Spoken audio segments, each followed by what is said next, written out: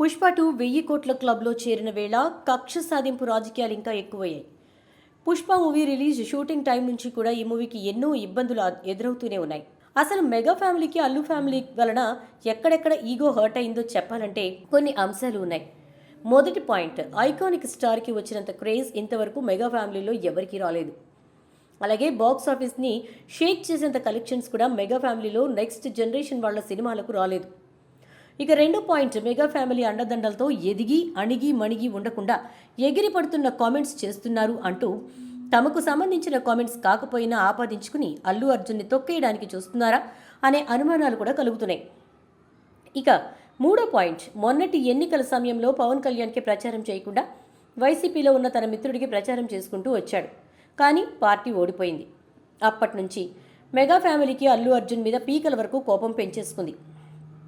ఇదో పాయింట్, అల్లు అర్జున్ని ఇలా వదిలేస్తే రాబోయే రోజుల్లో తమ ఇమేజ్ డ్యామేజ్ అయ్యే ఛాన్సెస్, ఇండస్ట్రీని అల్లు ఫ్యామిలీ ఏలే రోజులు వస్తాయని భావించి నాగబాబు ట్విట్టర్లో ఫ్యాన్స్ మధ్య గొడవలు పెట్టడం మొదలుపెట్టాడు. ఇప్పుడు అదనంగా మూవీ బెనిఫిట్ షో టైంలో ఈ సంధ్య థియేటర్ ఘటన, ఇప్పుడు ఈ ఘటనను తమకు అనుకూలంగా మార్చుకోవడానికి కూడా ట్రై చేస్తున్నట్టు తెలుస్తోంది. అయితే ఇక్కడ మొత్తం చంద్రబాబు స్క్రిప్ట్ లాగా అనిపిస్తోంది. ఎందుకంటే చంద్రబాబు తాను ఒక పని చేయాలన్నా, ఏదైనా ఇష్యూని జనాలకు తెలియకుండా అర్థం కాని కన్ఫ్యూజన్లోకి నెట్టేసి చేయాలనుకున్నప్పుడు వెంటనే వైసీపీలో నేతల్ని వెంటాడి వేధించటమో, వైసీపీ నేతల మీదకు ఇష్యూను డైవర్ట్ చేసి సందట్లో సడేమియాలా అనుకున్న పని కాని చేయటమో చంద్రబాబుకి వెనతో పెట్టిన విద్య. అయితే ఇప్పుడు అల్లు అర్జున్ పుష్ప మూవీ 1000 కోట్ల క్లబ్లో చేరేసరికి ఇప్పుడు అతన్ని తొక్కేయడానికి చంద్రబాబు, రేవంత్ రెడ్డి, మెగా ఫ్యామిలీ కలిసి ప్లాన్ చేసినట్లు అల్లు ఫ్యాన్స్ అంతా ఫైర్ అవుతున్నారు. దీంతో ఇక పుష్ప మూవీ పొలిటికల్ టర్న్ తీసుకున్నట్టు తెలుస్తోంది. అల్లు అర్జున్ అరెస్ట్ మీద కేటీఆర్ కూడా స్పందించారు.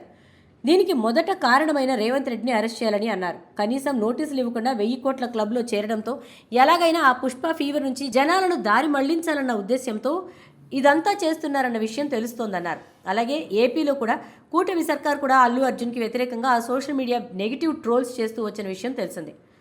అల్లు అర్జున్ బెడ్రూమ్లోకి వెళ్ళి మరి ఒక స్టార్ హీరోని కామన్ మ్యాన్లా అరెస్ట్ చేయడం చూస్తుంటే దీని వెనుక కొన్ని రాజకీయ శక్తులు పనిచేస్తున్నట్టు కనిపిస్తోందంటూ టాలీవుడ్ విశ్లేషకులు భావిస్తున్నారు. ఏదేమైనా టాలీవుడ్కి ఇన్ని లాభాలు తెచ్చిపెట్టి టాలీవుడ్ మూవీ నేషనల్ ఇంటర్నేషనల్ లెవెల్కి తీసుకెళ్లిన స్టార్ని తొక్కేయడం వెనక రాజకీయ కోణం ప్లస్ పర్సనల్ మోటివ్ కూడా బాగా పనిచేస్తున్నట్టు తెలుస్తోంది. ఏదేమైనా జైలుకు వెళ్ళొచ్చిన వాళ్లే స్టార్ అంటే ముందు అల్లు అర్జున్ అవుతాడు. కానీ అసలు దీని వెనక ఇంత కక్షగట్టి అల్లు అర్జున్ని సాధించాల్సిన అవసరం ఏంటో చూడాలి.